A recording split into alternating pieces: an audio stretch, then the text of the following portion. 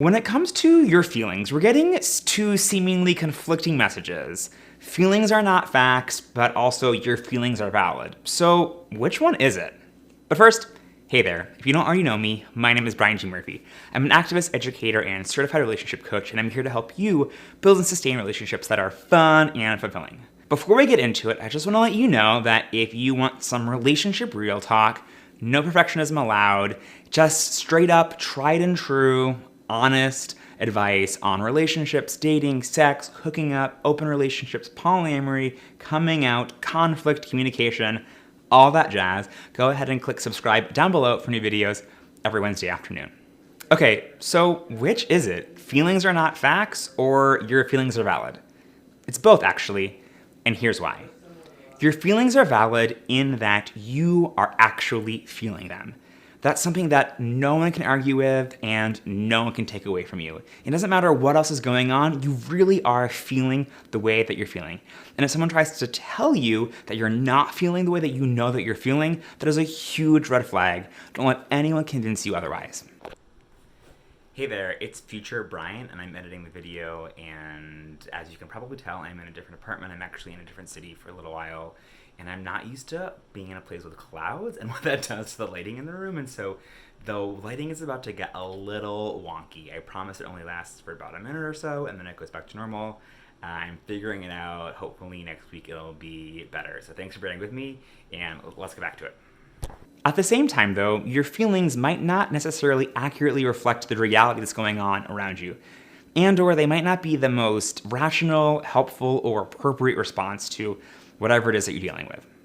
But that doesn't mean that you're not feeling them. You're still feeling this way, and so then what do you do about that?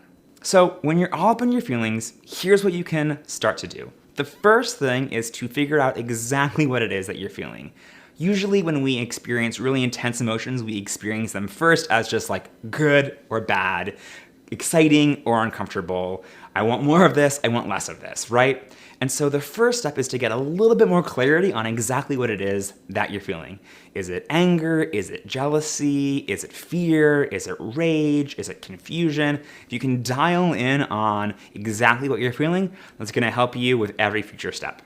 Next up is to name the story that your feelings are telling you about what's going on. What do you think that this means about yourself, about your partner, about the situation?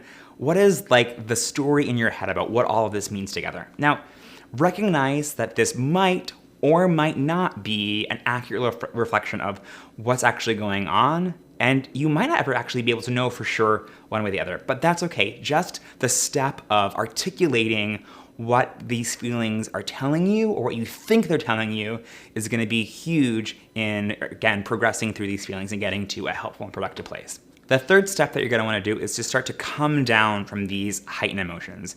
When you're all up in your feelings, when you're feeling activated, you're not going to be able to think rationally, you're not going to make the best decisions, and you're ultimately not going to be best prepared or best suited to take the best care of yourself and get what you actually want in the end. So take a moment to come down from that. You can do that by self-soothing, whether that's taking a step away, going outside, maybe that's like paying attention to your breath for a little bit, perhaps that's eating some ice cream, listening to some music, reading a book, just like taking a moment to put some distance between yourself and whatever it is that was causing those feelings, and to allow your body to sort of come back down and settle into it. As you begin to do that, you can start to use your feelings to figure out what needs of yours weren't getting met and what was causing you to feel so activated. I made a video all about using your feelings to figure out your needs. I'll put a link to it down below and up above. And then as you begin to figure out what those needs of yours are that are unmet, you can then go about getting those needs met, either by yourself or with a person that you're in conflict with, or through your friends and families, the people who are closest to you. Start to rebuild that foundation of stability and safety. And then finally, the last step is once you've got some distance, you've come down, you're feeling safe and secure, at least for now, begin to use that experience and use those feelings to try and figure out what was going on and what you want to learn from that and what you want to do in response to that. Here are some things that often come up.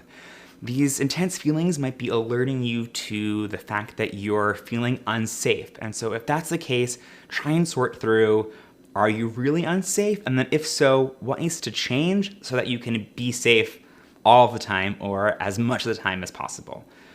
Oftentimes, our feelings might be alerting us to a pattern. This is something that is happening over and over and over and over again, and it keeps happening. And so if that's the case, what are you going to do about that? How can you be the person that breaks this cycle and does something different so you don't end up right back here in these same feelings all over again?